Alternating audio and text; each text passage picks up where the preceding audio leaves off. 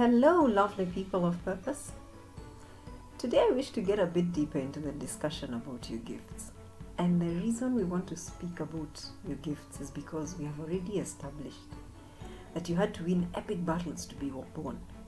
Therefore, it is not possible that you are just randomly here. Now, one of my best topics anywhere I find myself and before an audience is a discussion on individual potential. What do you bring to the table of this life on earth? And everyone has what they bring to the table of life, because every individual has a gift that is uniquely theirs. Gifted people are everywhere, and you're one of them. And it may not be that the skill or gift the individual has is unique in itself, but when they add their own unique personality, their nature, their own unique mix, the gift becomes a beautiful addition to earth. Now, knowing your gifts, or knowing your gift, knowing your skill or skills, that is what gives you a winning life formula. Because it means you can use what you're able to do to change your life. You can use that which you can do to change your life. Let me give an illustration to help paint this picture very clearly. And I will give the illustration from a team building business, the multi-level marketing business. No, I'm not about to do a sales pitch. But yes, I used to be involved in multi-level marketing companies, and for a decent number of years. The companies I endeavored to build teams in were 4. I tinkered in several other organizations, but the ones that I put in my time and energy to build a team were 4. Now, the core of success in multi-level marketing is the ability, the skill, or the people skills that enable one to build a team. However, even when I built teams, as I observed the team members, I discovered the team that one put together did not always follow a set pattern, or that's what it looked like at the face of it. But studied in depth, team results follow a very distinct pattern. There's a consistent and recurring dynamic in all teams. The first dynamic is that each team member is unique. Thus, they bring their own gifts to the team. The second dynamic is that the way the individual uses their gifts or skills had a direct impact on their results. The individual's abilities ushered them into their level of success. Now, some people brought to the table just having a way with people skills. Others brought speaking skills. Some brought motivation skills, the ability to make people feel that they could do or accomplish what they set out to do. Some people came with money-making skills. These are the ones who would twist and turn what we originally thought was a pretty boring income plan and open our eyes to potentials we had not seen. There were people who came with organizing skills. These are the ones who would put together a great event time and again. Some people would come with marketing skills. Those ones would lay out a strategy for the team that would be epic. I could go on and on. The point is this: each individual added to the whole. Of course, in a team, the individual skills added to the general success of the team. But here I want to share something with you that changed everything in the way I viewed all marketing business and the way I viewed life in general in relation to individual success. Recently, I was speaking to a friend of mine. She has been my friend for years, decades even. Now, for as long as I have known her, she has struggled with one money challenge after another. As friendships would go, I have had occasion to discuss with her possibly tens of business opportunities that I could see staring her in the face. But this woman, who by the way I have always considered to be wonderfully and greatly talented, simply couldn't see the opportunity before her. Now, on this particular day, we were having a random conversation in my kitchen. The really unscripted chats you have with a friend as you make lunch or whatever. And in the course of that chat, she said, I have a gift of numbers. Numbers to me are the easiest thing ever. They make sense. I see them. Numbers are my friends. Hey, she continued. When I am working with numbers, I am at home. All this time she was singing about her love relationship with numbers. If you had come in and announced you were my long lost alien brother or sister, you could not have shocked me more. Her narration was mind altering. I was stunned. My brain quickly went through all the things I knew about her and I could see, yes, she flows in numbers like fish in water. But remember, this is a woman who has struggled financially for all the 30 plus odd years I have known her. That revelation threw me because I suddenly saw it as clear as day what had been ailing my friend. And it threw me back to what I had discovered in my team building years in multi-level marketing. Now listen, it is not lack of skills or gifts that makes many people average. It is lack of self-confidence. All abilities, when not anchored on self-confidence, are frittered away. They waste away and make no difference in the life of the one who has those gifts. Mostly because they cannot see their gift for what it is. They cannot see the value of the gift they carry.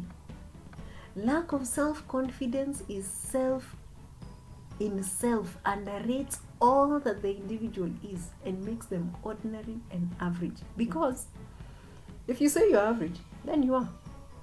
If you say you're outstanding, then too, you are.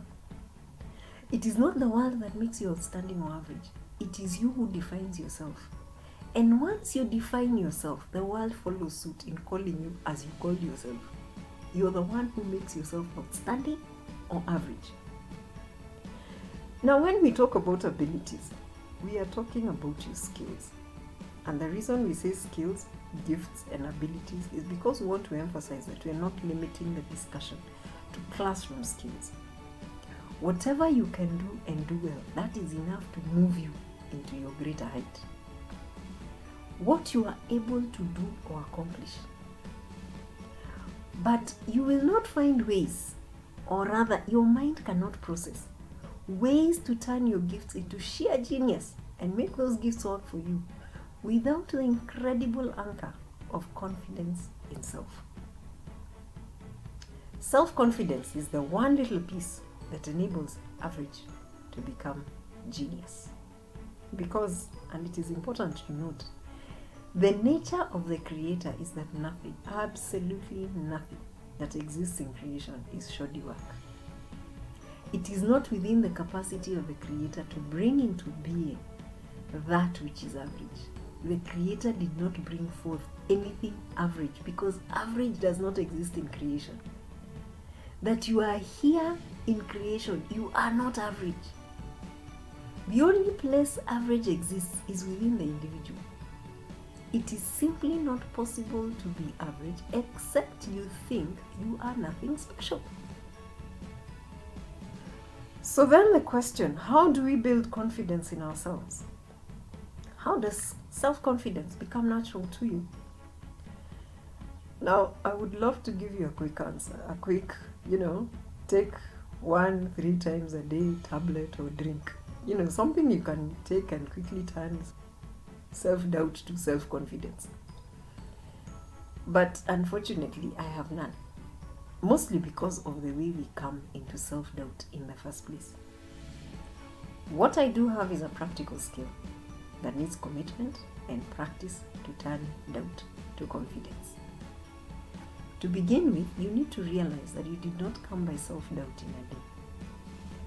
Self-doubt is a way of thinking about yourself that started way back, for most people, when you are a child. Depending on the quality of parenting you received, your self-doubt could have started forming as far back as when you were a toddler or even earlier. If you grew up with parents or guardians who did not tell you, well done, often enough, you possibly have deep-seated files of self-doubt. Now, the next formative influence is school. Again, teachers influence children's minds in ways that most of us take for granted. But for most of us, the strongest influence has been the spiritual environment we have adopted or have aligned ourselves to. Now the question is this: why does our spiritual environment play such an important role? Let me shed some light. Most spiritually inclined environments or religious environments will have a type of hypnosis inbuilt into the practice. Hypnosis is part of religion. All religions, it is part of most spiritual practices. The hypnotic factor may be through chants, songs, some body movements, or even liturgy that is repeated at a particular time or in a particular rhythm. Whether by music, by chants, by body motions, or by repetitive script, the effect is the same. You induce a slowing down of brain waves. This is an unconscious trance that makes the brain highly receptive to new information. Now here is the problem. In this brain state, anything you tell the individual skips right past the conscious and rational mind and goes straight to the subconscious mind. Therefore, ideas implanted in the brain when the brain is in a hypnotic state, as is the practice in religious and spiritual forums, are not only difficult to change, they affect the way the individual sees themselves deeply and affects their behavior tremendously. If your spiritual or religious practice suggests in any way, type, or form that you are less than the ideal human being you are created to be, then you unconsciously will start behaving not as the beautiful soul you are, but as the deficient individual the brain implant told you that you are. You will therefore find that at any time someone starts on the journey to change their lives, they seem to self-sabotage without knowing exactly why they're sabotaging themselves. So again, it matters little how you came by the self-doubt files. The most important first step to turning self-doubt into self-confidence is to learn to listen to yourself, talk to yourself. How do you talk to yourself? Are you forgiving? Are you harsh? Are you angry? Are you critical? Are you demeaning? Do you trash talk yourself? How do you speak to yourself? I highly recommend that you find a practice to shift the brain files at the subconscious level more than at just the superficial daydream level. And we will get into that at a later date. We will offer suggestions. But for now, the fastest way is to write a script of the way you want to speak to yourself and memorize that script. Memorize it the way we would memorize poems and memory verses. Then reflect on it many times during the day. If you can first sit quietly so that your brain is quiet and repeat the memorized script, you can change your life swiftly. Keep in mind that you started hearing the information on how deficient you are long before now. Most of our self-doubt files have been with us a long time. So decide to not only listen to yourself, talk to yourself. Listen to yourself talk about yourself to others. And most important, when you catch yourself about to say something nasty about yourself, change what you are going to say as often as possible to something positive and beautiful and encouraging to yourself. The moment you add to your gifts and abilities the winning ingredient of self-confidence, when you say, I can, nothing can turn it around and say you can't. There's nothing in all of the universe that has any reason to say you can't if you say you can.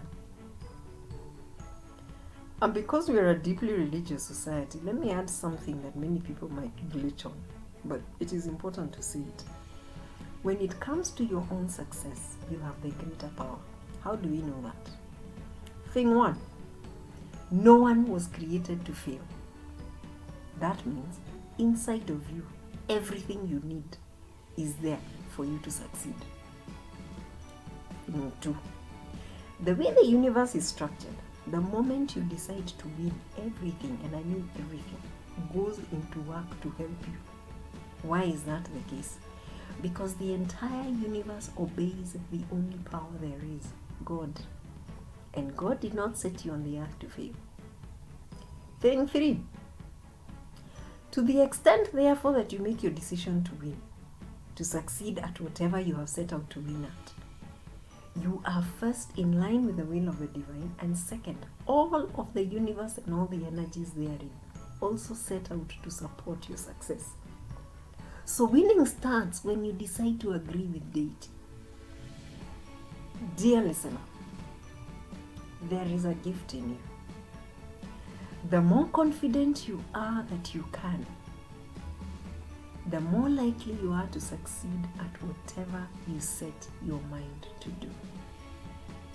And that, dear friend, is the path of conscious winning for the leader and a rising leader.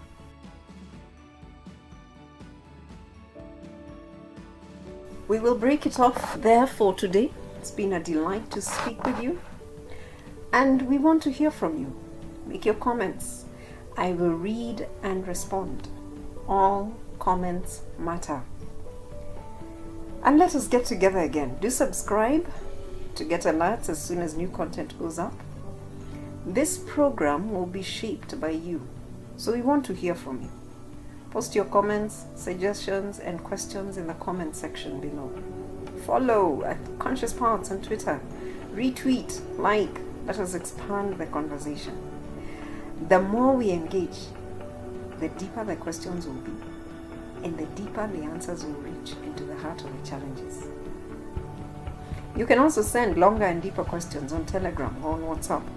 The connections are on your screen and in the description. Also, do tell us where you are in 254 and anywhere else you're listening from. Who knows, we might be in your neighborhood. For now, we end it here until next week, same time. Thank you for coming. Thank you for listening. This is Nyabura signing off for now.